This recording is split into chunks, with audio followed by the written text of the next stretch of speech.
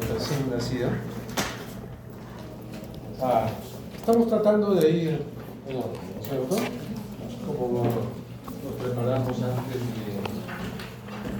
de la atención, que iban a las mesas, los factores de riesgo que tenemos que saber antes de pues ahora vamos a tener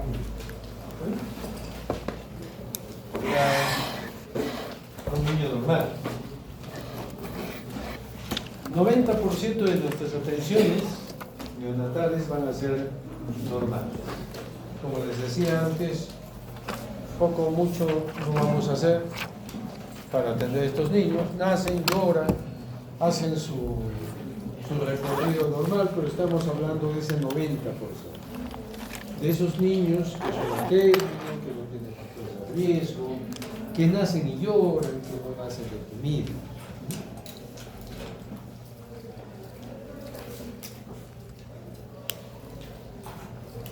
En la atención inmediata es un tiempo en las cuales nosotros vamos a hacer una serie de procedimientos médicos y de enfermería que generalmente se hacen en los primeros minutos de vida, en condiciones óptimas, ¿no? Y que nos va a dar una idea de cómo va a ir ese niño. Tenemos que coordinar previamente siempre, como les dije, con el servicio de obstetricia. Y vamos a hacer desde la sala de partos. Desde ahí vamos a trabajar. Si bien es cierto, en el 100% de los niños vamos a hacer acciones, hay un 10% que vamos a hacer más, que son los que van a pasar al proceso de reanimación. Ya estarán leyendo el libro, ¿no? La idea es tener clarito eso. Las secuencias son importantes. Acá vamos a hablar sobre el primer minuto. Lo que vamos a hacer es todo los pasos iniciales de la atención inmediata de recién nacido. Entonces, desde la sala de partos, ahí empezamos. Hay características que tiene que tener esta sala de partos. Les digo esto porque ustedes van a ir a un centro de salud, una posta, en las cuales a veces no hay las condiciones o el personal no se preocupó de reunir condiciones de dónde va a ser la sala de partos. Las dimensiones deben permitir por lo menos el desplazamiento de 3 personas. La iluminación difusa de mediana intensidad sin sombras en el períneo materno. Muchas veces los obstetras pues nos ponen una lámpara de ganso, ¿no?, a la zona del pelo. Sea cual sea la modalidad que tengan en el centro de salud, porque pueden hacer un parto horizontal como un parto de tipo vertical. Y hay que adecuarse a eso, ¿no? ¿Qué es lo que quieren? Temperatura de sala de partos 26 a 28 grados. Después en recién nacidos es 26 grados. No es problema. Para hacerlo gradualmente el proceso de adaptación. La mesa de recepción de recién nacidos delante o a la misma altura del perineo materno con la madre, o en el caso de reanimación, la mesa de reanimación debe estar dentro de sala de partos. Por condiciones en algunos hospitales puede que esté un poco lejos, ¿no? Pero lo ideal es de que esté ahí. O sea, esa mesita, la cuna radiante, dentro de sala de partos. En el hospital Lorena, los que conocen sala de partos no va a poder ser, ¿cierto? ¿Por qué? Hay 3 mesas de partos en un ambiente de que será 5x5 probablemente. Entonces, ¿dónde? No hay forma. Tenemos que correr por un pasadizo. Pero bueno, estamos en un hospital de contingencia. Donde estábamos antes, nosotros teníamos un servicio de neonatología nuevo con todas las condiciones dadas, ¿no? pero nos los destruyeron después de 4 años de construido por construir algo que no terminó. Siempre anticiparse a la posibilidad de reanimación para la atención de un recién nacido. Personal capacitado, ¿no? Todo un equipo médico tenemos que tener y de enfermería, con todo el instrumental, los insumos para la atención del mismo. No es que en ese momento nosotros vamos a pedir un medicamento y no estar en el sitio. Tiene que estar ahí en el sitio, no puede estar en farmacia o hagan una receta o vayan a prestarse de farmacia o traigan el laringoscopio, no, está en la vitrina, ahí está con llave. Esas cositas, por ejemplo, hay que prever antes, hay que preparar.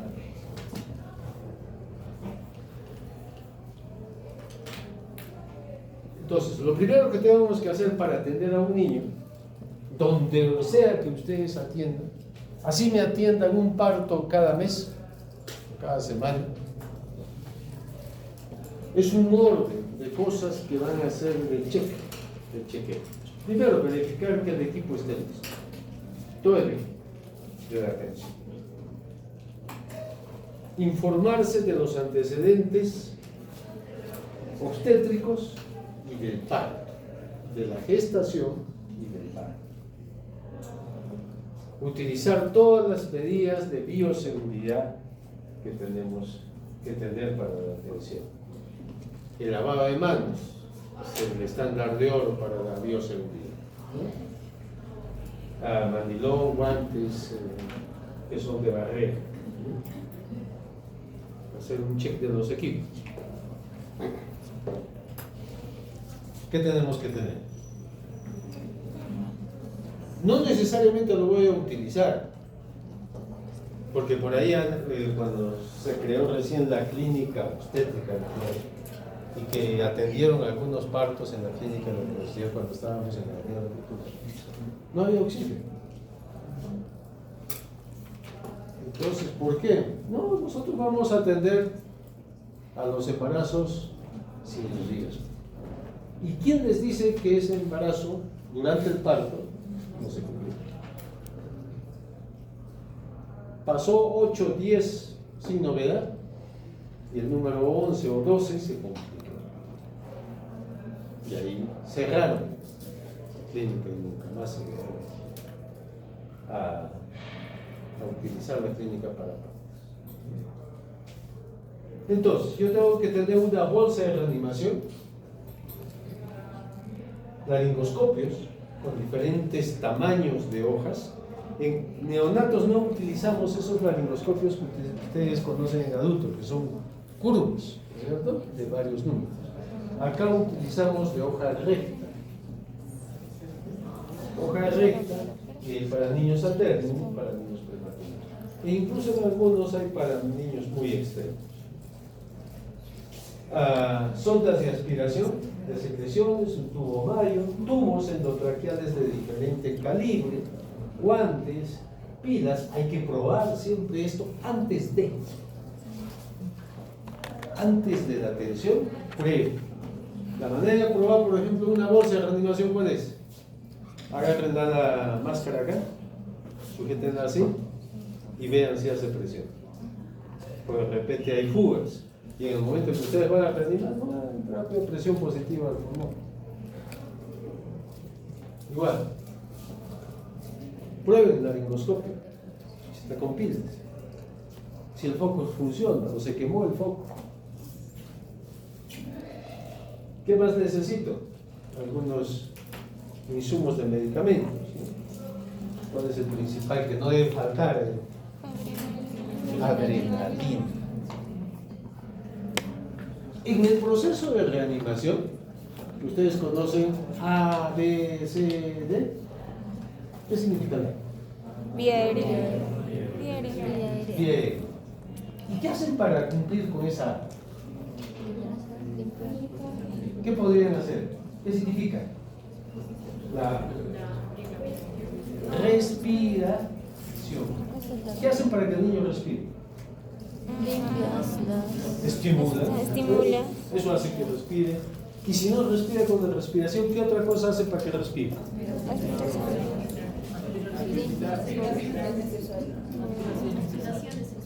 Aspiración de secreción. Sí es necesario. Sí, es necesario. Pero dice sí. ¿La ves?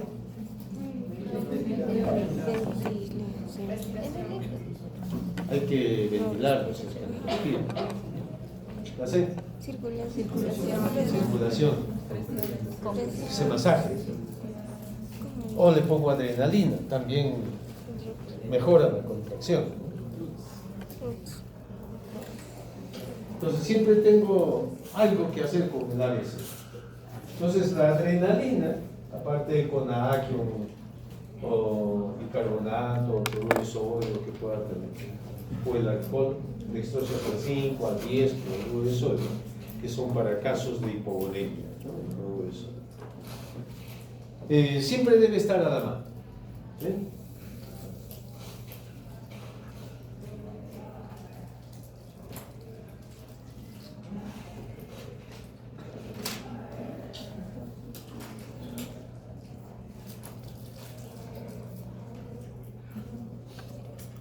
Acá falta algo. Acá faltaba algo. Balón de oxígeno. Había la foto de un balón de oxígeno. Necesito el oxígeno. Necesito un mezclador. Necesito un humidificador. Necesito un oxímetro de pulso o un EKG. Y necesito un reloj. ¿Para qué es el reloj? Para ver los tiempos. Los tiempos, ¿cómo va?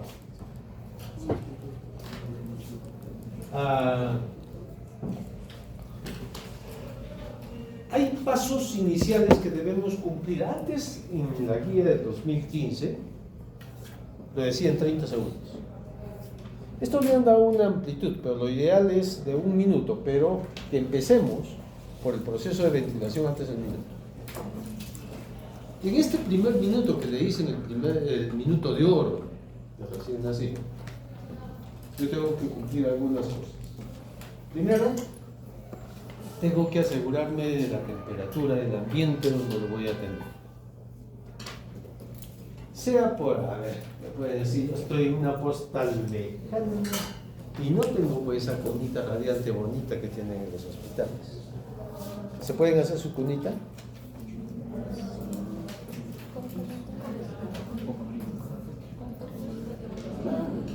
Yo trabajé en Urcos, bueno, cuando empecé a ver. Yo dejé ahí una cunita, que ya no debe haber. Era una cuna normal que le había acoplado una estufa, dándole la vuelta colgada de arriba hacia abajo. ¿Cuánto cuesta una estufa esas de resistencia? ¿50 soles? ¿60 soles? Por ahí, ¿no? Y tenía lo mismo que tenían los hospitales. ¿Por qué han visto la cuna radiante? ¿Han visto arriba? Es una resistencia. Solamente es una resistencia. Así que hicimos lo mismo. Con unos parantes de madera, una cunita normal de las cunas de niños pequeños y a 60 centímetros de distancia, bien asegurada, se cae sobre el suelo. Y dábamos calor radiante, y ya teníamos nuestra cuna de calor radiante. No tengo eso, los focos funcionan. Ahora, los focos de bombilla funcionan mucho mejor porque calientan más que, por ejemplo, un foco ahorrador, que la radiancia es menos. Segundo paso, nace el bebé. ¿Qué nos aseguramos? De que haya liberado la vía aérea. Si ustedes ven a un niño así, no respira, está flexionado. Si ustedes ven a un niño así, tampoco respira, está obstruido. ¿Sí? Entonces, ¿cuál es la posición ideal.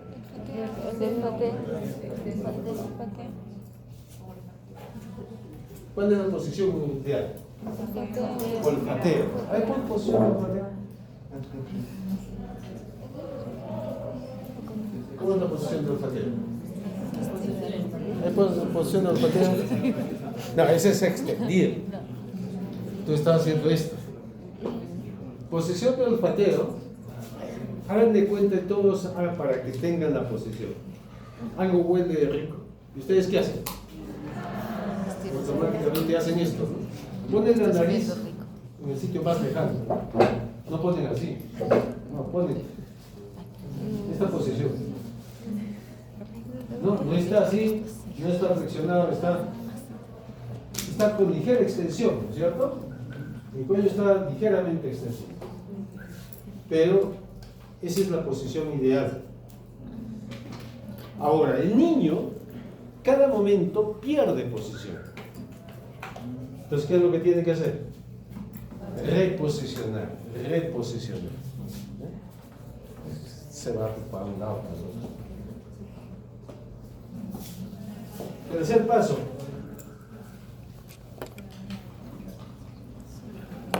Esto es opcional. En la mayoría de niños no lo hacemos, porque incluso viene a ser un riesgo. ¿Qué puede producir el que yo esté haciendo esto con la sonda ahí? Respiración. Un reflejo vagal, amplio y radical. El bebé hace esto. Está respirando de repente bien. Ustedes ponen hacia la faringe posterior la sonda y el bebé hace y se queda en apnea.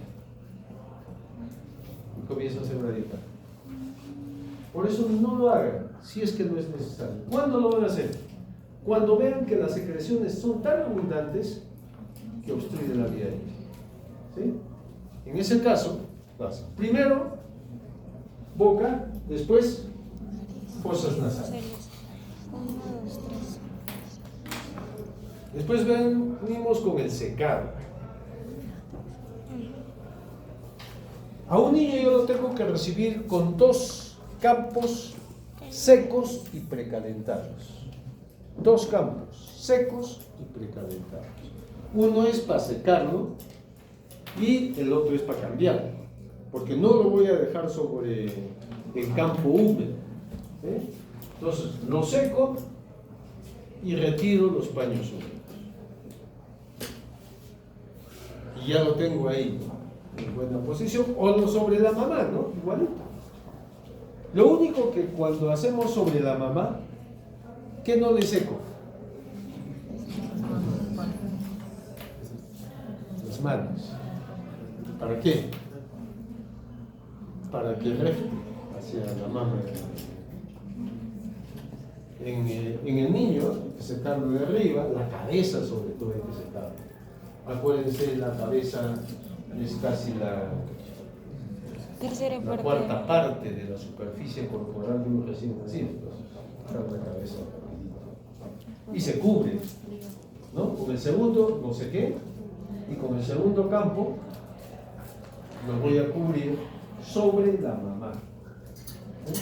Un poco sobre la mamá, sobre el pecho materno, así mojadito como te digo, para que pueda resbalar acá, pero el resto lo voy a secar y lo voy a tapar, los 2.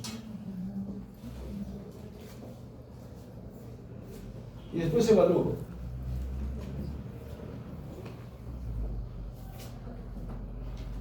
¿Qué evalúo? ¿Qué dice el libro? ¿Qué es lo primero que esperan que haga un niño? Llorar. Que respire. Respirar, llorar. Evaluar la respiración. Nace nomás el bebé, ¿y qué están viendo? ¿Cuáles son las 3 preguntas que se hacen? A término, tono. ¿Es a término ¿Es a término? o es prematuro? ¿Respira Oye, o no respira? respira. ¿Tiene buen tono o está flácido? Eso les da una idea. De inicio, son las 3 preguntas que ustedes se hacen, ¿no? ¿Ustedes creen que me preocupa la frecuencia cardíaca de un niño que está llorando y que está sacudiéndose? Por eso es donde la frecuencia cardíaca no es algo inicial, es algo después que se hace, después de la noche. ¿Sí? E incluso, ¿qué pasa a un niño que nace y no respira? Ok. No, ya hice eso. Fíjense, a ver, voy a Cortamos hacer simulación. Cortamos el cordón. Recibo. Ajá. Lo voy a poner acá. Tú eres mi ayudante. Tú vas a ayudar a secar. Lo ponemos acá. Posición. Lo voy a secar. Lo levanto, cambia. Lo reposiciono y evalúo. 15 segundos. No tengo más de 15 segundos. Y lo que evalúo es, ¿respira? No respira. ¿Tiene todo o no tiene todo? Si no respira, ¿qué hago? Corto. ¿Voy a una frecuencia cardíaca? No me interesa la frecuencia cardíaca. Ojo, lo que a mí me interesa es que ese niño comience a respirar. Se puede hacer una segunda estimulación más enérgica, que en el libro le dice que es opcional, que es en la plantita del pie o en el dorso. ¿Sí? Es lo que dice. Pero yo les digo, ustedes han hecho pasos iniciales, el niño no respira, agarran su ventilador. No tomé frecuencia cardíaca. Por eso el algoritmo lo tienen que tener acá. ¿Sí? Porque yo les puedo hacer, en el momento, les puedo hacer cambiar. ¿Sabes qué? Que tengo un niño que nace y no respira. ¿Qué hacemos?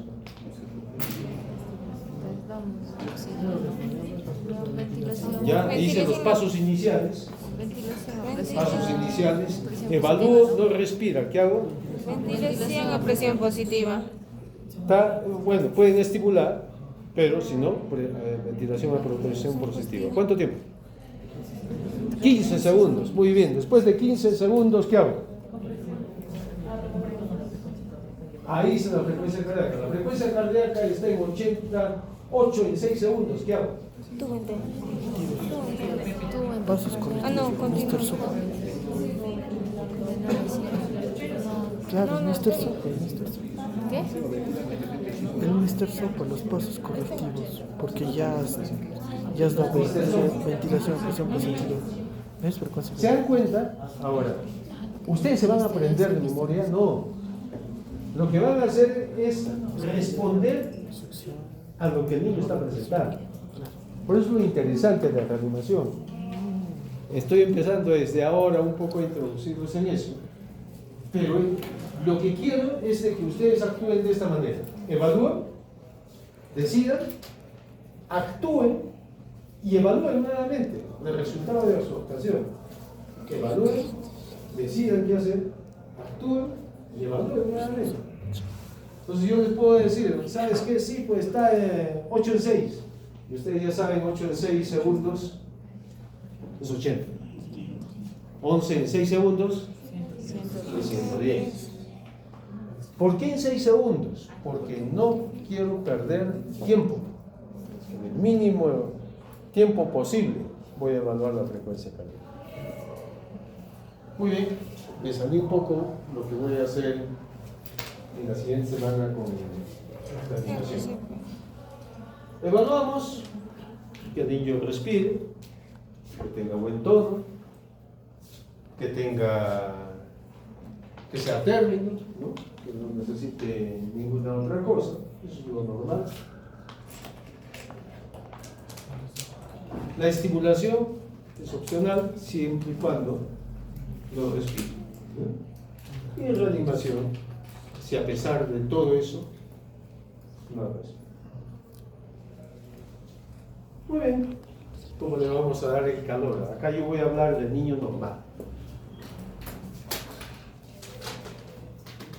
El calor con la mamá. ¿qué va a hacer? El contacto piel a piel, ¿no? Cubriendo el cuerpo con el segundo campito precalentado, o una manta, algo que esté previamente calentado.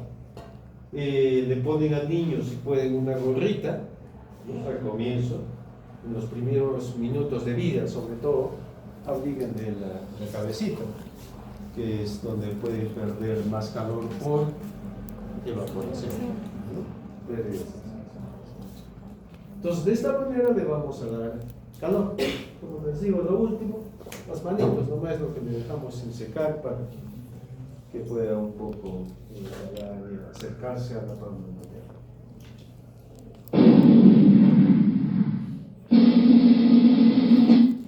Entonces, ¿no? Posición. Olfateo. ¿Cómo sería una posición adecuada? Eso sería lo correcto, ¿no? Ligera extensión. Esa es la posición. Ahora, cuando está sobre la mamá, siempre hay que verla igual. Está de barriguita el bebé sobre el pecho materno y que esté en ligera extensión.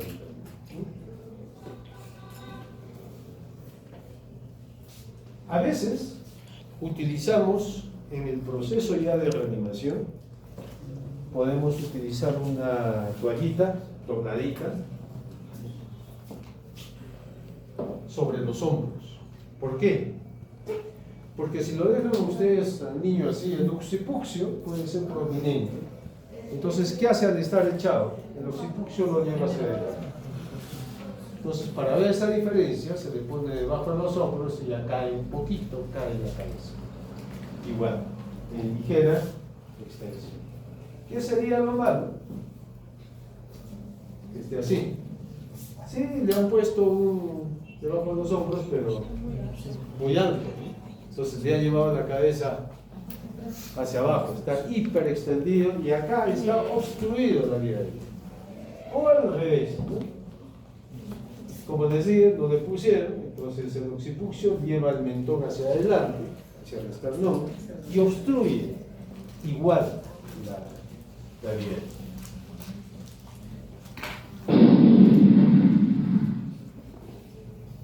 La succión, como les dije, esto es opcional.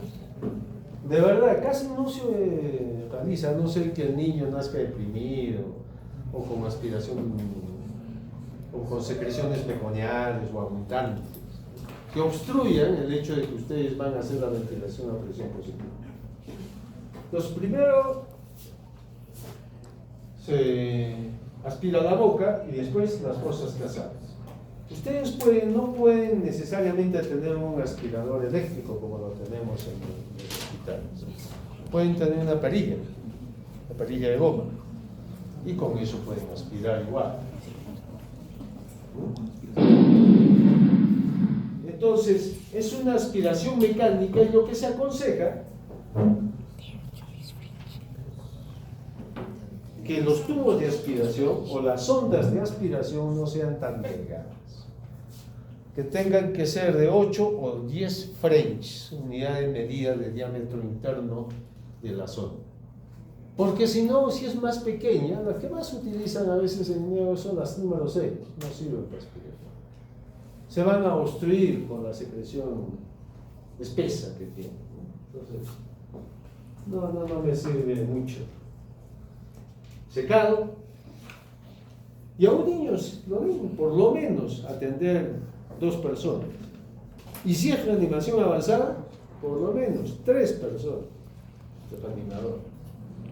Entonces secamos al recién nacido, lógicamente, uno de la cabeza, otro de los pies, y después cambiamos el paño con otro y evaluamos, ¿no? Observar entonces, las 3 preguntas que nos hacemos cuando el niño nace son estas. Nacido a término, respira o llora espontáneamente, tiene buen tono muscular, eso lo van a ver con el movimiento. ¿Qué pasa si está con meconio?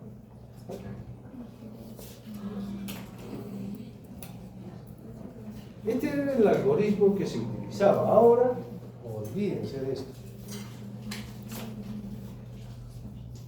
Líquido con meconio, y lo primero que se preguntaba era si el niño estaba vigoroso. Vigoroso significa que tenga buen tono, que tenga respiración, ¿no? Que la frecuencia cardíaca esté bien, más de 100, es un vigoroso. Si estaba con líquido con meconio y el recién nacido vigoroso, continuaba como los pasos iniciales como cualquier otro niño. ¿Y qué hacía si no estaba? Intube y succiona boca y tráquea. Esto, por ejemplo, ¿qué es lo que hacía hasta el 2015? Que perdamos tiempo tratando de aspirar el líquido meconial en los recién nacidos. Porque no todos van a tener la técnica ni la experiencia, ni el tubo, a veces ni el laringoscopio en su centro de salud para hacerlo. Entonces, en la última guía desapareció. ¿Qué pasa si ustedes tienen un niño con líquido meconial? ¿Qué dice la última guía? ¿Quién lo leyó? Líquido meconial, los dos. Esto no vale. Pero dice aspiras, no dice tú. Solo dice aspirar. Aspiras. Entonces después bajas a la siguiente esquema, ¿no? Donde ves uno la frecuencia y pues si presenta apneas o jadeos o boquilleos e inicias ventilación artificial. Si sigue fallando, bajas y sigues viendo la frecuencia cardíaca. Pero nunca dice. ¿Se intuba? No. Ya no hice. ¿Qué hice la última vía? La octava edición. Si es que hay secreciones, como en cualquier otro niño, que obstruyen la vía aérea y que va a alterar la ventilación, aspiren la vía aérea superior. Pero empiecen inmediatamente con ventilación artificial. Al final, lo más importante es hacer oxigenarlo de él, hacer que ese niño respire.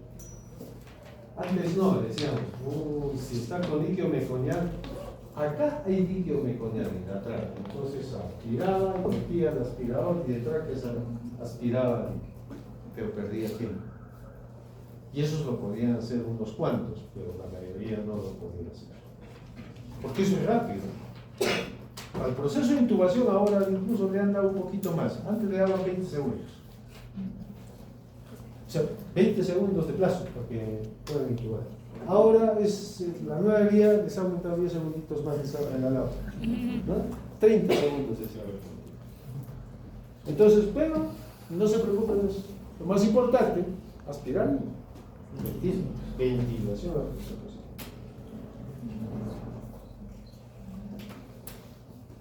El recién nacido sano, sin factores de riesgo, a término del que estamos hablando, no debe ser separado de su madre. E incluso prematuros tardíos, que es de 34 a 36 semanas, no deben ser separados de su madre si es que no hay otro riesgo, si es que nace bien. Nuestro punto de corte entre ustedes y yo lo vamos a hacer en 34 semanas o 2 kilos. ¿Qué quiere decir? Que sí o sí, a todo niño menor de 34 semanas o menor de 2 kilos, ustedes me lo refieren.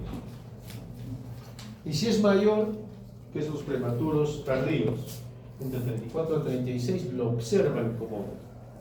Pero en el transcurso de las horas, ustedes pueden decidir si ese niño se va también al hospital.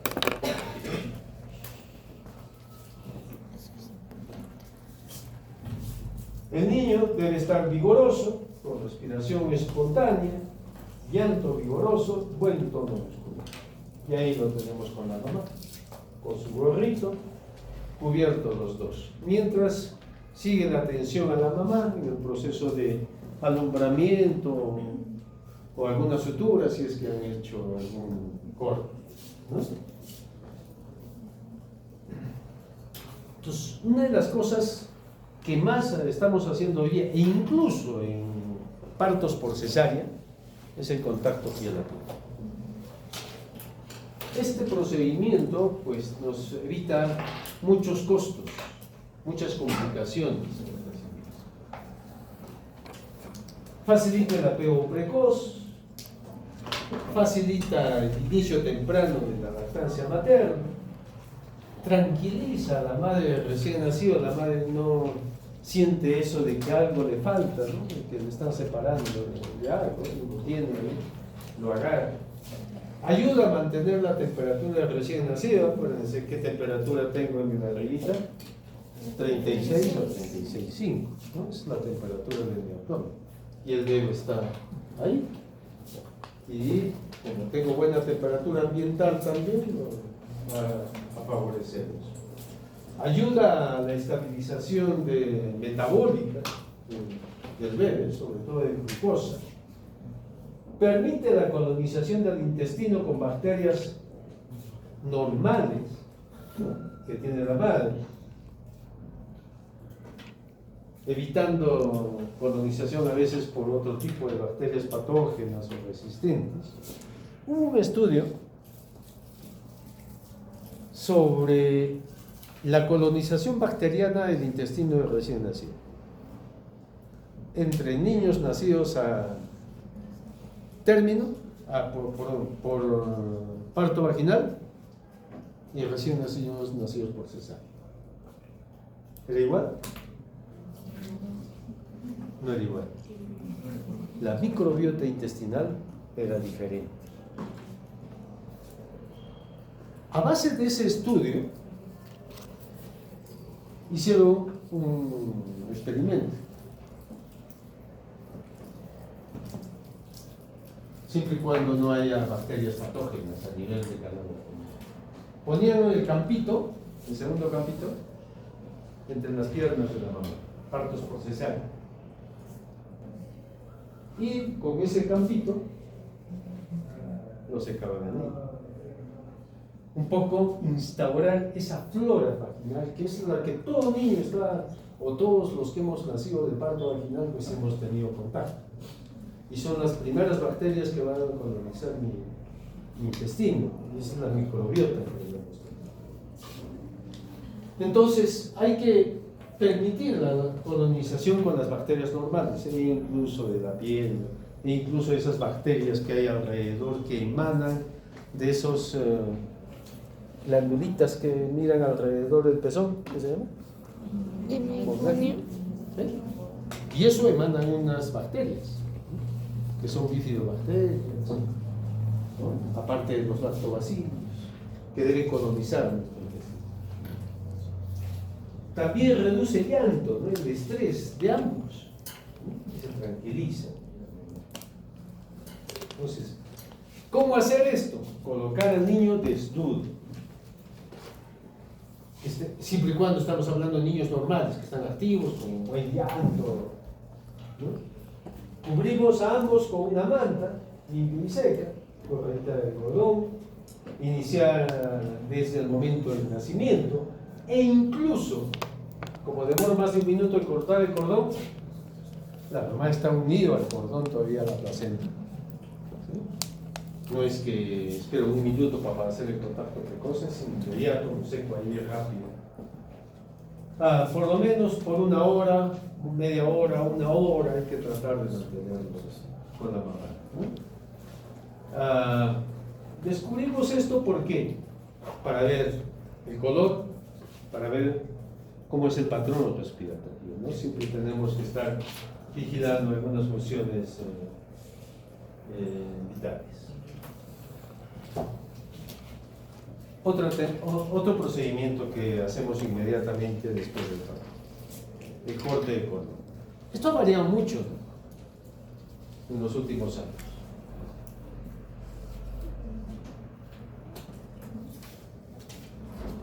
El corte de cordón que se hacía antes era inmediatamente después del nacimiento.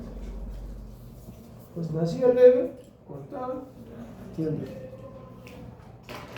Y se ha demostrado que las reservas de hierro son mucho menores en este tipo de niños. Las reservas de hierro se conservan cuando yo hago un clampaje tardío del cordón. Clampaje tardío del cordón es si yo lo hago después por lo menos de 1 minuto de nacido. Es de 1 a 3 minutos. Muchos lo han tomado como 2 minutos como promedio. Y eso aumenta las reservas de hierro, porque normalmente el niño va bajando su hemoglobina desde que nace. Y lo que hace es una anemia de tipo fisiológico, y si es prematuro, peor. Entonces, evitar eso lo hacemos mediante el clampaje tardío de cordón. El hierro es necesario, como siempre le digo, el desarrollo cerebral, ¿no? Y el desarrollo cerebral, primeros 2-3 años, después ya no hay mucho que hacer. Entonces, el hecho de que hagamos esto hace que el niño tenga buenas reservas de este mineral en el segundo semestre de vida, aun cuando no reciba aportes exógenos de hierro. Esa es la ventaja.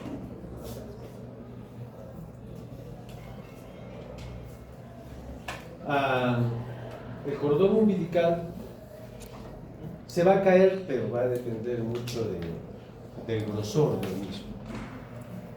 Hay cordones que son delgaditos, sobre todo en los RCIUs, en los pequeños, y hay cordones que son gruesos, sobre todo en los muy prematuros o en los macrosomas. Del grosor va a depender qué tanto puede demorar en caer eso. Pero en promedio se puede caer entre 7 a 10 días. Siempre hay que mantener seco. Mucho se habla de cura seca del cordón. O sea, no utilizar nada, sencillamente dejar que se momifique.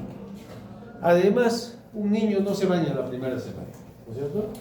Después de la primera semana ya se comienza a bañar. Y 2 o 3 veces por semana. No cubrir con gasa, porque a veces encuentro muñones que están envueltos en gasa. No hay que cubrir. Hay que permitir que se seque, que se momifique ese cordón. Si es necesario, podemos hacer un gaseo con alcohol al 70%. Mucho depende también del nivel sociocultural de la mamá. Si se infecta el niño del cordón umbilical, puede que el grito aparezca. Es que hay dos cosas diferentes con infección a este nivel. Una cosa es que la infección sea exclusivamente del muñón, entonces ustedes van a ver que no se momifica. No hay eritema de piel, no hay congestión en la piel, pero el muñón está como si fuera un trapo mojado, siempre, o sea, no se puso duro, no se momificó. Y eso se llama funicitis, ¿no? Es una inflamación del cordón. Y en ese caso, sí, el alcohol te funciona bien. Pero hay otra cosa, ofalitis. Si ustedes ven la piel circundante al cordón, como una celulitis, ¿saben lo que es una celulitis? ¿No es cierto? Es una infección del tejido celular subcutáneo, que se manifiesta por eritema, signo de inflamación. Eritema, dolor y secreción. Esos son ofalitis. La ofalitis es bastante peligroso. Puede condicionar una sepsis. Y está muy cerca, ¿no? Solamente por la vena umbilical llega a torrente sanguíneo del bebé. Entonces sí es muy riesgoso. Hay excepciones para el corte precoz del cordón. O sea, ¿en qué casos podemos cortar inmediatamente. Si un niño nace por sufrimiento fetal, ácido hipotónico, sin esfuerzo respiratorio, deprimido con líquido meconial, ¿no? Pues necesito actuar inmediatamente. Recién nacido que necesita una intervención médica inmediata, una malformación por ahí. Recién nacidos de madres RH negativas con prueba de CUMS positiva, indirecta a la madre, ¿no es cierto? O sea, quiere decir, madre sensibilizada. Si es CUMS negativo, no es tanto el problema. Si es la mamá ya es CUMS indirecto positivo, quiere decir que mientras más demore yo el corte de cordón, más anticuerpos van a pasar a través de la placenta. Recién nacidos de madres con VIH, igual, es inmediato, ¿no? Tenemos ya un protocolo de atención de mamás que viven con el virus de la inmunodeficiencia. Presencia de circular de cordón ajustado en las cuales hay imposibilidad de deslizar, o sea, sacarla por la cabeza. Igual, si no baja el bebé, tengo que cortar ahí al nivel de cordón. Los gemelos con placenta monocorial, biamnióticos, pero monocoriales, en una sola placenta. ¿Por qué? Porque es transfusión fetal. Ahí, cuando hablamos de polisistema, les tengo una foto que yo tomé en el hospital de gemelitos monocoriales. Y tengo un gemelito así en la incubadora, bien colorado, y el otro pálido. O sea, uno era policitémico, el otro anémico. Transfusión fetal. Cruz de Gómez. ¿No? Cuando hay riesgos de poliglobulia. ¿Cuándo se toma esto? Al minuto y a los 5 minutos. Al minuto recién hay que tomar el agua. El Apgar mide un poco el estado, no me dice si lo voy a reanimar o no, porque es al minuto. Si un niño no respira, yo empecé con el proceso de reanimación antes del minuto. O sea, esto no me sirve para indicación de reanimación. Si no, me evalúa cómo va ese niño en el transcurso. Incluso ese Apgar se evalúa sobre la mamá. O sea, cuando el niño está en su contacto piel a piel. El otro, la profilaxis ocular. La profilaxis ocular hace años se hacía con nitrato de plata, el 1%. ¿Para qué se hacía la profilaxis ocular? Evitaba la oftalmía, la idea era evitar la oftalmía neonatal. Oftalmía neonatal es un tipo de conjuntivitis que puede producir ceguera producido por monococo. Exclusivamente monococo. Después se agregó otro más en las cuales también puede producir alguna alteración, pero no tanto ceguera como el gonococo, que es la clamidia. Entonces, los dos gérmenes patógenos a nivel de conjuntivitis que tratamos de evitar con la profilaxis ocular es el gonococo y la Chlamydia trachomatis. Lo podemos hacer con un ungüento o colirio de eritromicinas, lo ideal. Pero ¿y por qué en todos los hospitales no lo utilizan? ¿Qué utiliza el hospital regional? Gentamicina. ¿En el hospital regional? ¿Quién es del hospital regional? ¿Alguien hace? ¿Alguien hace acá en el hospital regional? Nadie, ¿no? ¿No hay grupo en el hospital regional? ¿En el seguro? Terramicina. ¿Por qué no utilizarán eritro, que es lo ideal? Es carito, ¿no? Es más caro. Entonces no lo utiliza, tetragramicina es mucho más barato. Hay cepas de gonococo resistentes a tetragramicina, por eso les digo. Entonces podemos utilizar eritromicina, tetraciclina, que es la tetragramicina, o tobramicina, en el ángulo interno del ojo hacia afuera, ¿no? Los ungüentos, por única vez al nacer.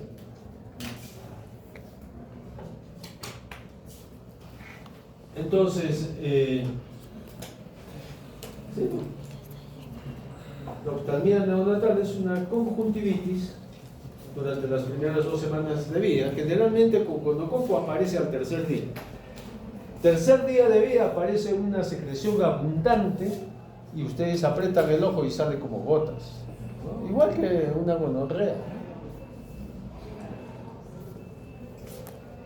Entonces, en promedio, los 3 días, ahí entre los 2 a 5 días después del parto aparece, ¿no? Producido por el gonococo, y la tasa de transmisión de la madre recién nacida es más o menos del 30 a 50%. Pero se hace al 100%, o sea, es un procedimiento que lo hacemos en todos. Porque si no vas a tener que hacer análisis a todos. Al igual que esto, la profilaxis de la enfermedad hemorrágica recién nacida.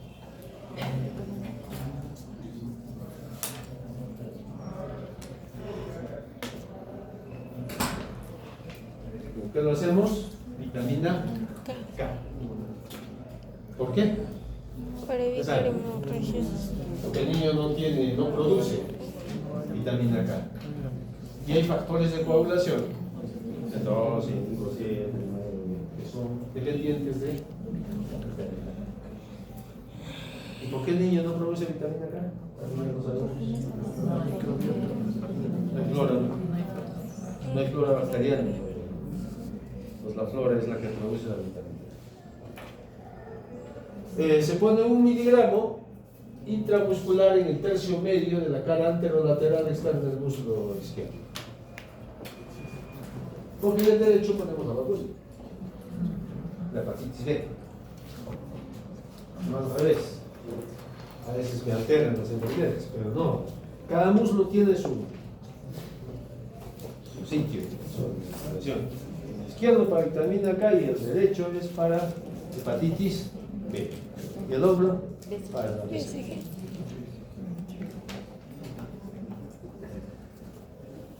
¿Varía la dosis? ¿De acuerdo al peso? Sí. ¿Sí? Varía las dosis de acuerdo al peso. Si es un niño más de 2.500, sí le ponemos 1 miligramo. Que en la jeringa de tuberculina es 0.1 mililitros, o sea, 1/10. Mírenlo en la práctica. Agarren y miren ahí qué dice. Dice fitomenadiona, ¿no es cierto? Es un nombre de la vitamina. Y dice ahí 1 mililitro, 10 miligramos. O sea, hay 10 miligramos de 1 mililitro. Quiere decir que cada décima del mililitro tiene 1 miligramo. 10 miligramos, 1 mililitro. Cada décima, 1 miligramo. Lo mismo. Si es entre 1500 a 2500, la mitad. 0.05 mililitros es igual a 0.5 miligramos. Y si es menor de 1500, 0.03 mililitros es igual a 0.3 mililitros. Es la norma.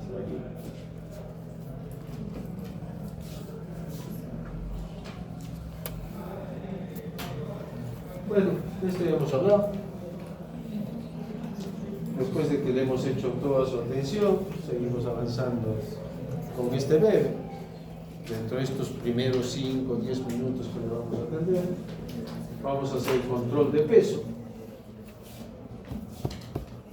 Ya les dije, aceptamos que el niño baja de peso por una redistribución del agua corporal total a costa del extracelular, o del intersticial que va al extracelular y celular. 7-10% de los primeros 5 o 7 días tienen que recuperar antes de los 10 días. Un prematuro puede bajar incluso hasta el 15%, dependiendo de la edad gestacional, pero en promedio puede bajar un promedio de 15%, entre el 10 al 20%, promedio de 15%. Mientras más prematuro, la pérdida de agua corporal total es mayor. Ahora, si pierde más que eso, ¿qué tenemos? Deshidratación. Deshidratación. Y esto es lo más común. Todos los días luchamos en el hospital con niños deshidratados. En la mañana hemos recibido uno, ¿no? ¿Dónde está Flor? ¿Cuánto tenía de pérdida de peso? Menos 17% de su peso al nacer, que es más o menos medio kilo. Imagina un niño nació con 3 kilos y lo han traído en la mañana con 2,5 kilos en 9 días. En 9 días ha perdido ese peso.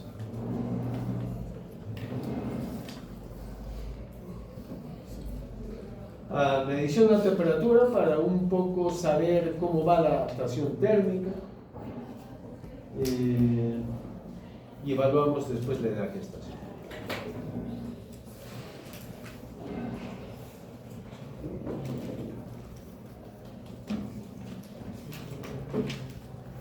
Estoy ahora. Esta es la más exacta, ¿no es cierto? Siempre y cuando la mamá tenga su fecha última regla menstrual normal, ¿cierto? Que se acuerde bien, no que el campo es helado. Cuando parió la vaca, no tienen una fecha exacta. Pueden con fechas memorables, ¿no? Cuando cumplió años y otro hijito, etc. Entonces, siempre hay que correlacionar. Y si yo tengo una fecha de FUR exacta, pues esa es la edad de gestación.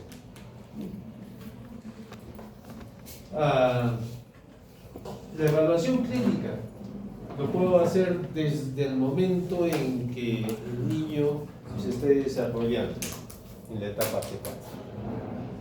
Por ejemplo, podemos ver, no se acuerda, pero si hay una medición de altura uterina constante, puede ser correlacionado, aunque también tiene sus errores, dependiendo cuánto panículo adiposo tenga, dependiendo de que si hay edemas, dependiendo si se tuvo gemelos, ¿no? La altura uterina puede variar en esos casos, que es la aparición de los primeros latidos cardiofetales, que se da más o menos a las 10 a 12 semanas, ¿no? Para ver cómo va. La aparición de los primeros movimientos fetales, que se dan entre los 16 a 18 semanas de gestación. Uno puede inducir la edad gestacional. Pero en los últimos años, en los últimos 20 o 30 años, o 30 años ya que tienen ecografía, este es el que se ha posicionado como buen dato, ¿no? Siempre y cuando la ecografía sea las primeras 8 semanas. El margen de error ahí es poco, ¿no? Y coincide mucho con la fecha de última menstruación. Sí tiene un margen de error siempre más o menos 7 días también de ecografía, a pesar de que sea en los primeros meses. Entre los métodos pediátricos tenemos varios. Ahora es más fácil porque hacemos capurro, ¿no? El capurro ya hasta desde los años 70. Yo me acuerdo cuando yo era interno, a nosotros nos hacían hacer el test de Dubovitz a todos los niños en un hospital donde había como 20, 25 residentes. Bueno, éramos bastante internos. Dubowitz es un test que inició prácticamente todo allá por los años, a inicios de los 70, con 21 parámetros evaluados. Entonces, tienen que nos devorar. Y después de ese salió el test de Ballard. El Ballard ya tenía 12, o sea, casi la mitad. 6 físicos, 6 neurológicos. Y después del Ballard hicieron el Capurro en Uruguay, en el Centro Latinoamericano de Perinatología. Hay Capurro A y hay Capurro B, ¿no? Que son, unos son 5 parámetros físicos y el otro son 4 físicos y 2 neurológicos. Más simple, entonces es el que, bueno, nos manda felizmente el Ministerio de Salud. Ya, pues las enfermeras nos ayudan en eso y de memoria, ya saben, tiene 24, 15, 10, en este 16, a ver, sí, tiene 38 semanas. Tiene su margen de error también. Hay partes físicas que son netamente desarrollo de características físicas. ¿Sí? ¿Qué es lo ideal hacerlo apenas nace? Porque no está relacionado a alteraciones neurológicas que está el niño al comienzo en adaptación. Los test que ustedes quieran utilizar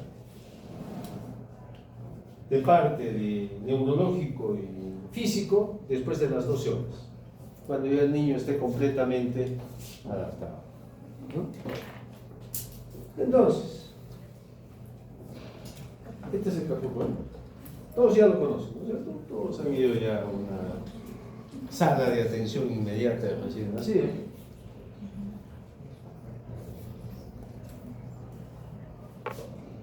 El Capurro A es la valoración de la edad gestacional mediante la forma de la oreja, a las cuales, de acuerdo al desarrollo o que se doble el pabellón auricular, pues tiene un puntaje, igual el tamaño de las válvulas de acuerdo al diámetro, por palpación.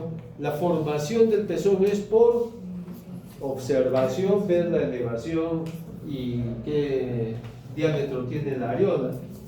La textura de la piel es igual por observación y también por palpación. Si es muy fina, si aparecen grietas superficiales, grietas profundas, descamaciones. Los pliegues plantares, dependiendo de la aparición de arrugas profundas en tercios de la planta del pie, ¿no? Y los dos signos neurológicos son el signo de la bufanda. ¿Qué hace esto? Agarran la muñeca y tratan de llegar al hombro opuesto. Háganse, pero no se forcen.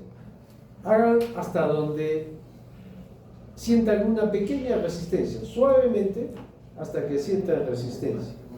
Y van a ver que se pega ahí nomás, ¿no? Esa resistencia es su tono muscular. Ya si se llevan al otro lado son hipotónicos, ¿no? Llévense hasta el hombro opuesto, así, de esta manera, y hasta donde es una ligera resistencia, esta, y mira que el codo donde queda. La caída de la cabeza, que se hace levantando de los brazos, que lo traten de observar primero. A la primera. Levanten y a dónde queda. Hay unos que van a hacer esto, hay unos que quedan rectos, hay unos que caen un poquito y hay otros que se cae todo la cabeza. Pero si tratan de hacer una segunda y tercera vez, ya no es. ¿Por qué? Porque el niño cada vez va a caer la cabeza más, se va a cansar. Y hay una ecuación, ¿no es cierto? Edad gestacional, 204, más el puntaje, entre 7 para sacar el número de semanas. Entonces tienen el Capurro A y determinamos la edad gestacional según test de Capurro.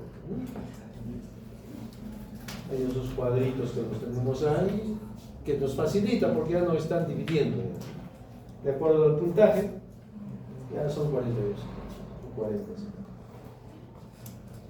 Capurro B, solamente criterios físicos, igual van sumando y sacan un unidad gestacional, y esto lo llevan a las curvas de crecimiento, cualquiera que utilice.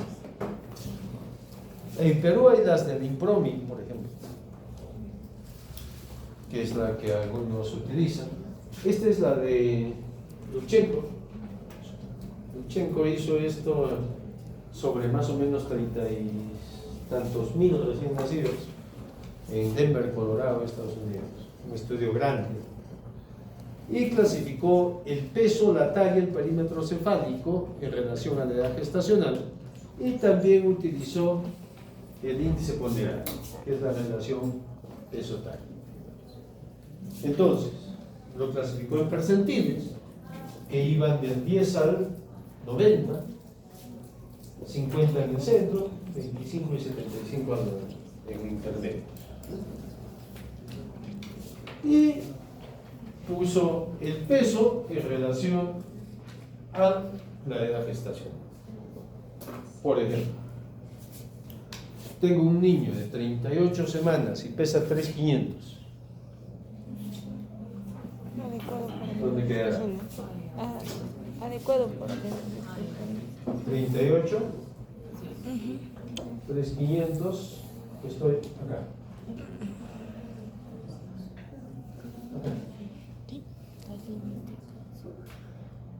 Entonces es un niño a término, porque está entre 37 y 41, y es un adecuado para la edad gestacional porque está entre el percentil 90 y el 10. Ponemos un niño, 40 semanas con 2,400. Vamos acá, 40 semanas, 2,400. Estamos acá. 2,200, 2,400, estamos acá. pequeño para el edad. Su recién nacido, Pequeño. a término, Ok. pequeño para la S de la gestación. ¿Sí?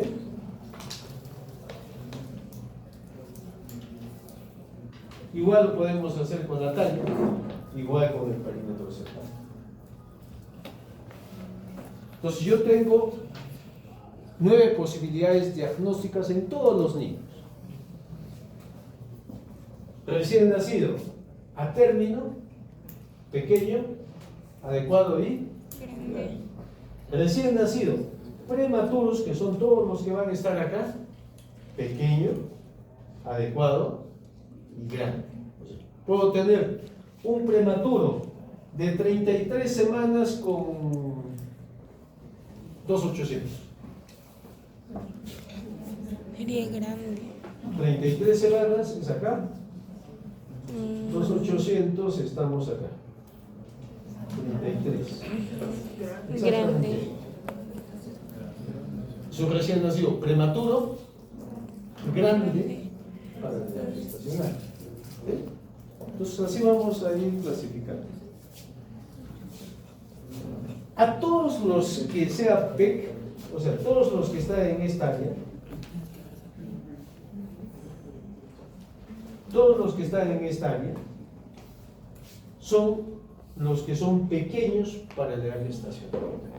A todos los que son pequeños para la edad gestacional hay que hacerles una relación peso-talla para ver qué tipo de retardo de crecimiento son, simétrico o asimétrico. No sé si me están entendiendo.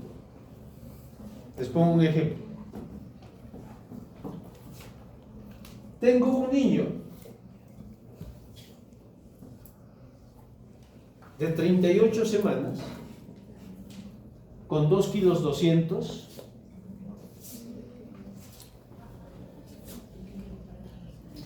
una talla de 48. ¿Sí? 38 semanas. 200. 2,200 acá. ¿Sí? Exactamente acá. Es un recién nacido a término pequeño para la gestación. Voy a ver la talla. 38 semanas, 48. 50. Acá. La talla es adecuada. Hagamos ese tipo ponderado. Háganle. Peso sobre talla al cubo.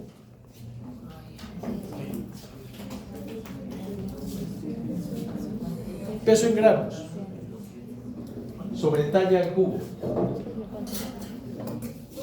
48. ¿Qué le sale? El cubo.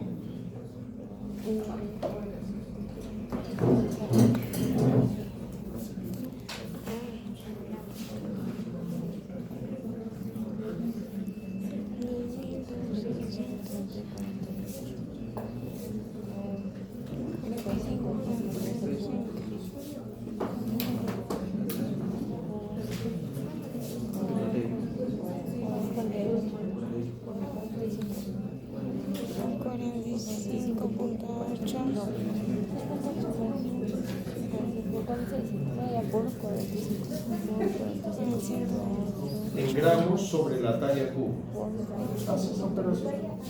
Cubo. 96. 96. Pero es que hay que convertir esto, sería casi 60. No.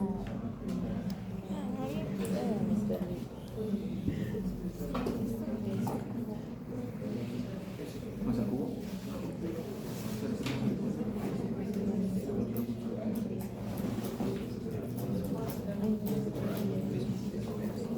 No, es que lo que te gusta.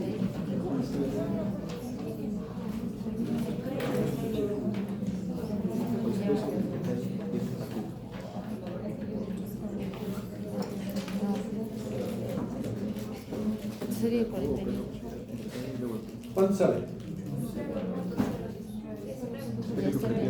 ¿Ah? 0.019. Estamos acá. Debajo del 20. Fíjense.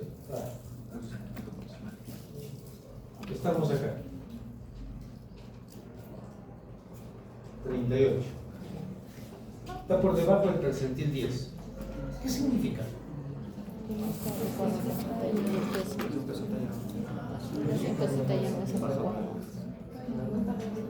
¿Cómo lo interpreta? Que ese peso no corresponde a esa talla. Ahora sáquenlo. Ya sabes qué, mira, es 38 semanas, esa término. ¿Es cuánto de peso les dije? 200. Su talla es 43. Entonces, 27. Nos vamos acá. Fíjense, igual voy a ir. 27.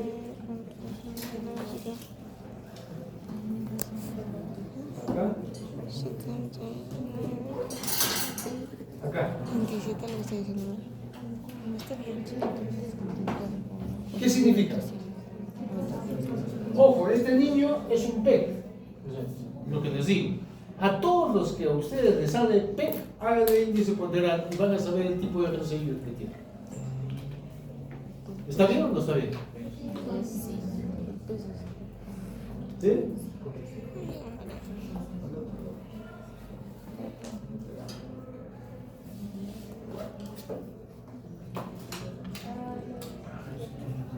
Acá. Ya. Significa que está entre el percentil 10 y 90. Significa que ese peso corresponde a esa talla. Y eso les da los tipos de RCIO. El que estaba por acá abajo será asimétrico. El que está acá será simétrico. RCIO simétrico y asimétrico. Dependiente solamente. ¿Por qué ha salido adecuado? Porque ese peso corresponde a esa talla. O sea, quiere decir que tiene peso pequeño y talla pequeña. Ojo, todos los que están acá, a estos nomás ustedes les van a hacer ¿qué hacen? Todos estos que están acá abajo es asimétrico y que están acá asimétricos. Los que están dentro de los percentiles, o sea, dentro de estos, son simétricos. Pero vamos a escribir. ¿Dónde estaba?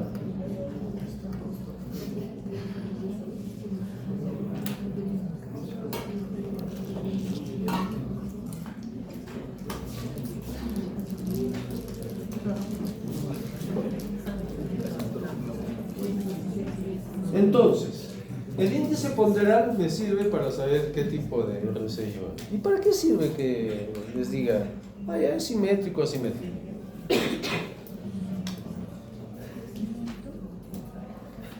¿Para qué sirve? Ya lo supieron sacar. Ya, ¿para qué sirve ese dato? ¿Para qué le sirve? ¿Cómo lo interpretan? No se predice el comportamiento del peso y la talla mientras pasan los días. Entonces, Les da pronóstico. El que es asimétrico tuvo buena talla, bajo peso. Quiere decir que es asimétrico. Por lo tanto, el problema no ocurrió desde el momento del embarazo. Eso es lo que les da la asimetría. El asimétrico es de mejor pronóstico.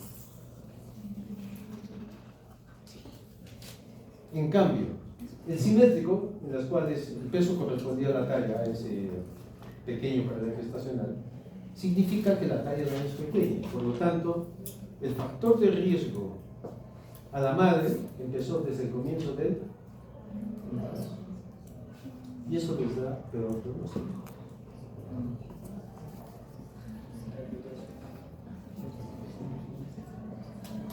¿Sí? Entonces, el asimétrico es de mejor pronóstico que el simétrico, porque va desde el comienzo del embarazo. Para eso sirve. Y ustedes le van a dar un valor pronóstico a ese bebé. Generalmente el simétrico, todo, peso, talla y perímetro cefálico, están bajos. En cambio, el asimétrico solamente es el peso. Y el peso se compromete al final del embarazo. Acuérdense, un niño de 28 semanas, por ejemplo, pesa 1000 gramos. 1000 gramos. De 20 semanas pesa 500. De 28 semanas pesa 1000. Y fíjense en las últimas 12 semanas. De 1000 gramos a más de 3 kilos. A 3 kilos y medio. 2 kilos y medio en las últimas 12 semanas. Pero ¿qué pasó en las otras 28 semanas? ¿No? Entonces, lo que se compromete solamente el peso es al final del embarazo. Si se comprometo peso, talla y perímetro cefálico, eso es desde el comienzo del embarazo.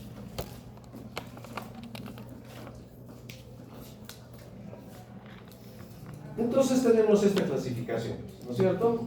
Recién nacido prematuro, pequeño, adecuado y grande para la gestación. Recién nacido a término, pequeño, adecuado y grande para la gestación. Y recién nacido post término, pequeño, adecuado y grande para la gestación. O sea, todo niño tiene que tener un diagnóstico.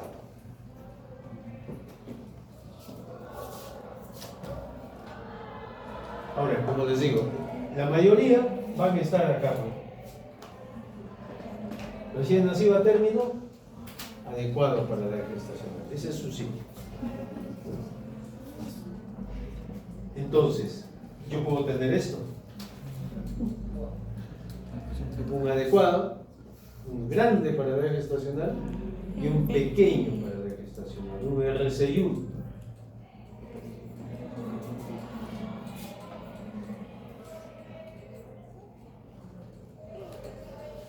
Por último, hay que identificar a los recién nacidos.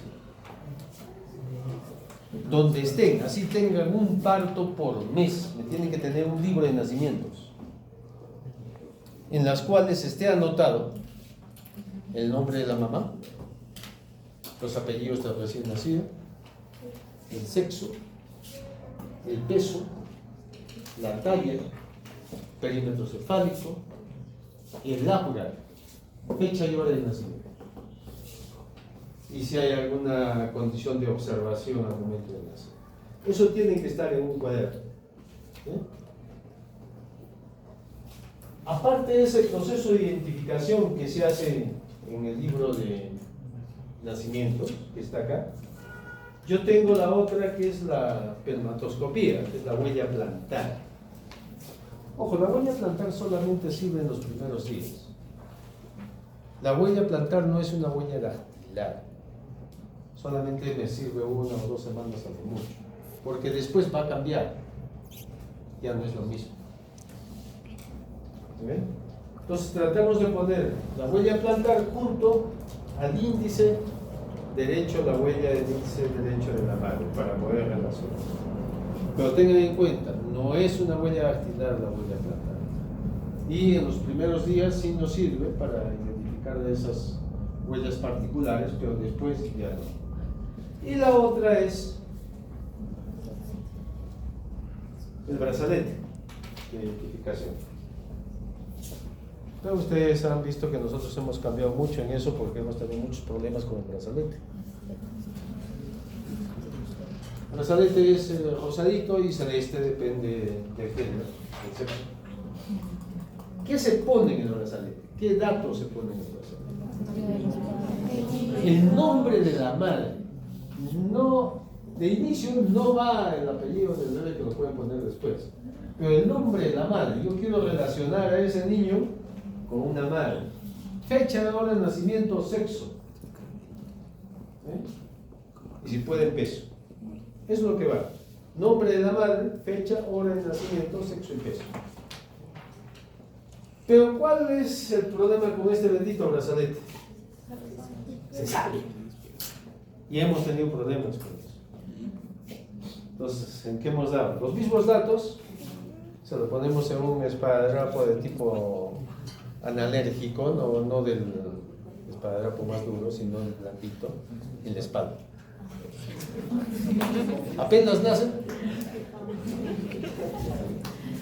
no se nos va a cambiar. Sobre todo en sitios como en los hospitales donde hay partos simultáneos, y a veces se los trae al bebé para hacerle algún análisis, alguna evaluación, y en el trayecto a veces se perdía el brazalete. Era un día. Así que, ¿qué hacemos? Así se va de alta con su esparadrapo en espalda y se saldrá poco a poco conforme lo bañen al bebé. Se va eliminando. Entonces ese es el proceso de identificación, este seguimiento de la alimentación del recién nacido. El alojamiento conjunto es lo más importante que tenemos que trabajar. De ahí los problemas que tenemos en niños deshidratados y que vengan en mal estado al hospital. Y esto, bueno, empieza desde el contacto piel a piel al inicio, pero tenemos que estar vigilantes de que el alojamiento conjunto de los hospitales, a pesar de que sea por cesárea, tenga que ser con lactancia materna exclusiva y no estemos utilizando fórmulas.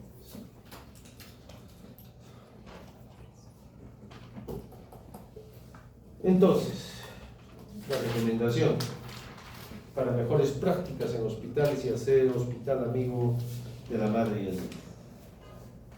Ninguna alimentación prelacta ni otro suplemento. Amamantar por primera vez dentro de la primera hora después del parto. Ayudar a la mejor técnica para la lactancia de la madre, de acuerdo a la posición de la madre que pueda tener.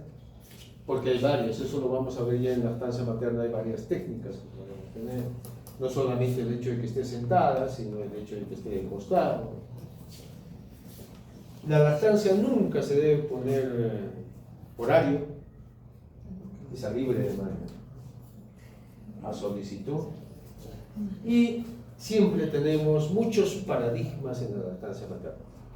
Y ahí es nuestro apoyo que debemos tener sobre la mamá, ¿no? Porque la mamá que no, si es primípara, tenemos una serie de problemas. Si es multípara y que ya no dio leche en alguno de sus bebés anteriores, se va a negar a dar al siguiente. O sea, no puede ser. O sea, no, es que yo no tengo. Mis 2 hijos anteriores no han mamado, así que no me insisten. O sea, y se cierran. Le digo, ¿cómo si ya no lactó? ¿Cómo van a lactar al tercero? No puede ser. O sea, esto. ¿De qué depende la lactancia? La succión. De la succión depende de la lactancia. La técnica, el hecho de apoyar, de ayudar en la técnica es muy importante para que tenga beneficios este proceder. ¿No? Entonces, sí, pues hay muchos paradigmas. La leche materna no depende del tamaño de la mamá, ¿no? Menos del tamaño de la mama, ¿no? Tampoco tiene ningún hecho de que sean 2. La mamá que tiene 2 niños tiene el doble de leche que la que tiene uno. Tampoco es justificación para que yo le dé otra leche. De repente por ahí si son 3 o más, ¿no? Va a tener problemas. Pero 2 no tienen problema, ¿no? El bebé va a sacar toda la leche que sea necesario para él.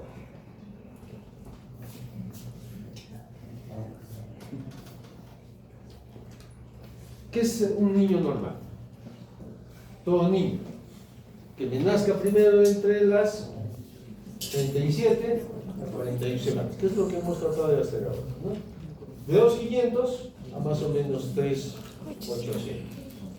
de 48 a 52 centímetros, perímetro cefálico de 35 centímetros más o menos, que sea un niño con llanto fuerte y sostenido, que tenga buen esfuerzo respiratorio y que tenga una coloración rosada de piel y mucosas. Una parte importante de la evaluación del recién nacido es la saturación, pero eso nosotros no lo hacemos al 100% de niños. No es que a todos los niños pongan el saturado, me tocan y ya están llorando. Ya saben que eso demora 10 minutos. Así que no es una cuestión rutinaria, pero sí, si ese niño no respira. Si ese niño entra en el proceso de reanimación, lo conveniente es de que le ponga su oxímetro y, si puedo, su EKG, ¿no? Sus sensores para EKG.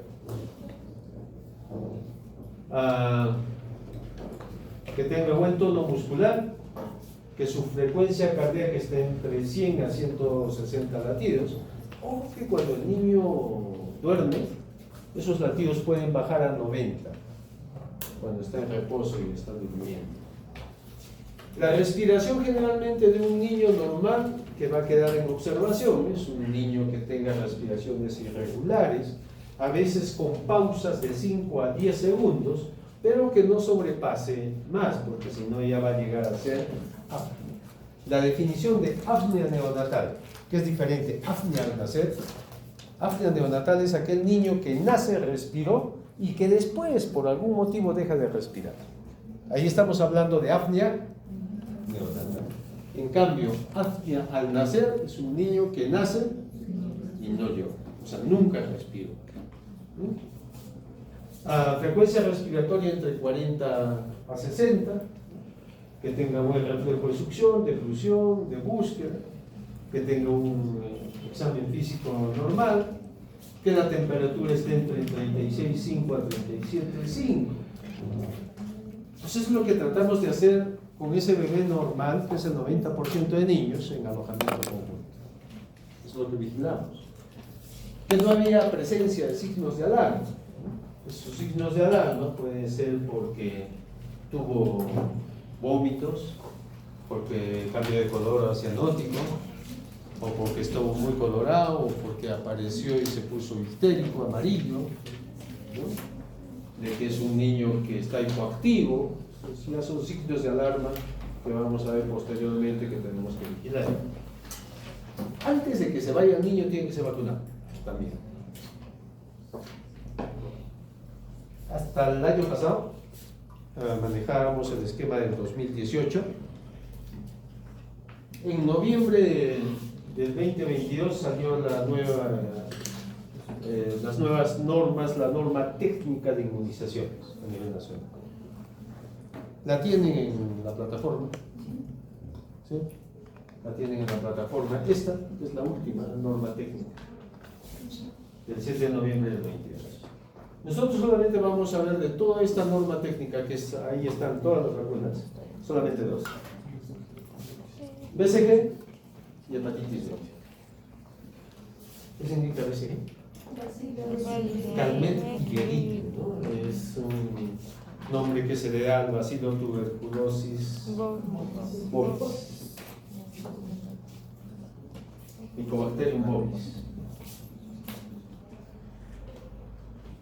La BCG ha cambiado un poco en relación a lo que estábamos manejando hasta el año pasado, ¿no?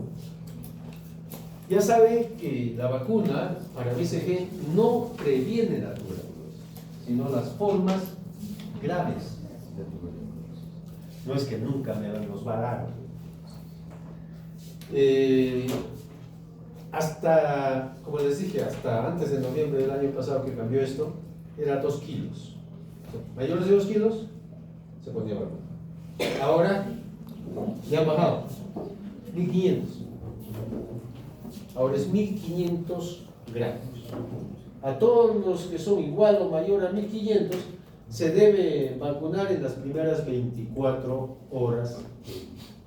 ¿Qué hacemos con aquellos que no se han vacunado, que han nacido en otro sitio? Se puede volver a vacunar o se puede vacunar por primera vez hasta el año de edad, ¿no? Hasta antes del año de edad. En el caso de niños prematuros que nazcan con menos de 1500 gramos, esperamos que ese niño pase 1500. ¿Qué es lo que hacíamos el año pasado? 2 kilos, muy bien, nacían prematuros de menos de 2 kilos. Esperamos a que tenga 2 kilos y ahí recién los vacunamos. Ahora va a ser diferente, 1500, ¿no? No ha cambiado, la vía es intradérmica y la cantidad es 0.1, ¿no? Una décima, nomás intradérmica, le sale un bolito ahí. La hepatitis B, el virus de la vacuna contra el virus de la hepatitis B, la dosis es la mitad de la del adulto. ¿Cuánto nos ponen a nosotros? 1 mililitro. La dosis pediátrica es 0.5 mililitros de la vacuna, ¿no? Y para adulto es 1 mililitro. Esta vacuna preferentemente está recomendada para ponerla dentro de las primeras 12 horas. Entonces, los dos datos. ¿BCG? 24 horas. Hepatitis B, 12 horas. 12 horas. Excepcionalmente, dice la norma, en partos domiciliarios y que vienen al establecimiento días después del nacido, puede ser hasta los 7 días de nacido, en partos domiciliarios. Eso ocurre, les va a ocurrir bastante a ustedes porque están en centro de salud, ¿cierto? Puede haber partos en domicilio. Igual, hasta el año pasado era 2 kilos el niño. Ahora lo han bajado igual, 1500. Entonces, 1500 recién nacidos con un peso igual o mayor a 1500, lo administramos. ¿Qué pasa si yo tengo una mamá portadora del virus de la hepatitis B? ¿Qué hacía el año pasado? Decía hasta 1800. En cambio, esta norma te dice, si la mamá es hepatitis B positiva, ustedes le tienen que poner, ¿no?, la vacuna. Recién nacido con un peso menor a 1500 solamente si la madre tiene antígeno de superficie positivo a hepatitis. O sea, a todos.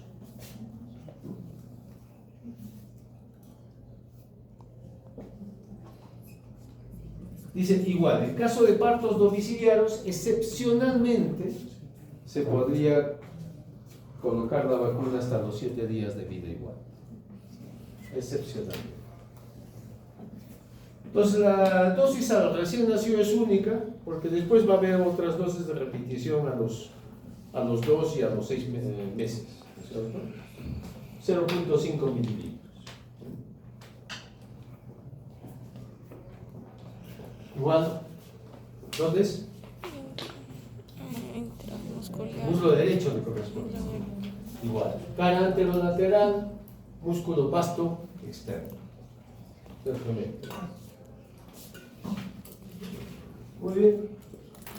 En alojamiento conjunto, la idea que el baño se retrase hasta los 7 días en la primera semana. Hasta los 7 días de vida. A no ser, hay excepciones también. ¿En quiénes voy a bañar? Si es líquido o fétido. A veces nacen niños producto de coliomionitis con líquidos muy malolientes. Contaminación con materia fecal en el momento del parto. O recién nacidos con madres con VIH. En la misma sala de operaciones está la enfermera listo con su tinita y agüita tibia, nace el bebé, se supone que está llorando, que está bien, y se roba. Una vez que se le ha bañado, recién se le hace la atención inmediata. Siempre usar ropita holgada, usar gorrito, medias. Apenas podamos, cuando nosotros nos hemos traído después del contacto precoz, nos los traemos para hacer la atención inmediata y lo tenemos que regresar ya vestidito. Siempre y cuando la mamá esté en condiciones de recibir al bebé, porque si la mamá está somnolienta o con efectos anestésicos, no se lo dejamos igual, ¿no? Porque corre peligro el bebé si la mamá no está consciente. O a veces la mamá se fue a UCI y ahí también nos quedamos con el bebé como alojadito en este caso, ¿no? Dar información sobre el estado del bebé, siempre hay que hablar. Nosotros tenemos un cuadernito de información, o sea, hacemos firmar a los padres al momento de darle la información, porque muchas veces hemos tenido problemas de que, de hecho, a mí no me han informado nada, a mí no me han dicho nada. Esto es una vigilancia permanente que se hace en alojamiento conjunto, apoyando a la madre cada hora, cada 2 horas, cada 3 horas. Sobre todo las que más apoyo necesitan son aquellas mamás que han dado a luz por cesárea, ¿no? Entonces su movilidad es un poco mejor.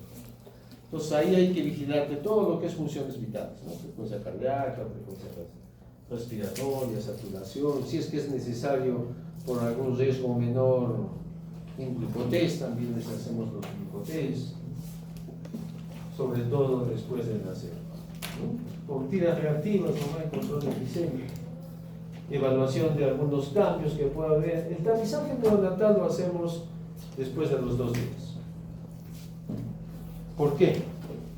Porque si no hay efectos todavía de la madre que pasa a la placenta, ¿cierto? Por ejemplo, hormonas tiroideas, hormonas suprarrenales. Entonces, después de los 2 días, generalmente se hace el tamizaje neonatal. O si se va, regresa, ¿no? Se le da una cita para que regrese para su tamizaje. Si se va. Y siempre ver esa interacción, esa aceptación que debe tener esa mamá con su hijo. Hay mamás que no aceptan a su hijo. Hay mamás cuando nosotros les vamos y les entregamos el bebé y la mamá, en vez de la mayoría de madres ven a su bebé, ¿no? Lo reciben. Hay mamás que les dan y la mamá se voltea al otro lado. Hay de todo. Entonces tenemos que tener cuidado. A esa mamá no se le voy a dejar ese bebé. Lo que se trata es de lograr ese vínculo que desde que nace el bebé que tenga ese vínculo. Por eso, valorar las funciones biológicas, ¿no? Cómo está la succión, si presenta orina. Niño que orina significa niño que mama. Niño que no orina probablemente ha tenido problemas, toda la noche la mamá se va a dormir. 90% más de los niños tienen orina en las primeras 24 horas, ¿no? Todos lo hacen antes de las 48 horas. En todo caso, a veces hay que identificar algunas anomalías. Igual con la eliminación del meconio, ¿no? Esto debe ocurrir igual entre las primeras 24 a 48. Mientras más rápido elimine meconio, significa que ha lactado bien, porque hay un reflejo gastrocólico. El bebé lacta, ¿qué hace el intestino? Lo acelera, ¿no? Por eso el bebé hace caca 5, 6, 7, 8 veces al día. Lacta y hace caca. Porque refleja lo que recibe el estómago, por el reflejo gastrocólico. Se va de alta y ustedes me lo deben citar en 48 horas para su control en el centro de salud. Igual, cuando nosotros les damos el alta a un niño normal, nosotros le decimos, lo llevas al centro de salud en 48 horas. Entonces ustedes deben recibir a ese niño 48 horas después del alta y vigilar cómo va el peso, sobre todo, que debe recuperar el peso de nacimiento. Segundo control, entre los 10 a 15 días, ¿no? Y el tercer control al mes de vida. Hay unas hojitas que tiene el ministerio en el primer nivel de atención que lo pone incluso 4 cada semana. Y los controles siguientes deben ser una vez por mes, ¿no? Al mes, a los 2 meses, a los 3 meses, no necesariamente que tenga que recibir vacuna o no, pero igual debe hacerse el control cada mes, los 12 meses de edad. Condiciones, el niño tiene que regular temperatura, tiene que estar lactando directamente de la madre, tiene que tener una pérdida de peso razonable, de acuerdo a lo que nosotros vemos, un promedio de 2%, ¿no? Que no sobrepase el 10%, que tenga ausencia de signos de alarma. Todos deben estar ya vacunados y se les da una tarjetita con todos los datos del nacimiento, con su peso, talla, perímetro cefálico, fecha, hora de nacimiento, edad gestacional, la vacuna, cuándo se le vacunó para BCG, para hepatitis. Y ya muchos de ellos incluso ya salen con su DNI. Lo ideal es eso. En todos los hospitales hay una oficina de la RENIEC, por la cantidad de partos que hay. Entonces todos salen ya con DNI. Actualmente es más fácil para cuando regrese el bebé, ya tenemos nosotros la posibilidad de hacerles una historia clínica, ¿no? De hospitalización. Muy bien, esto es lo que es atención inmediata. Es un poco el preámbulo a lo que vamos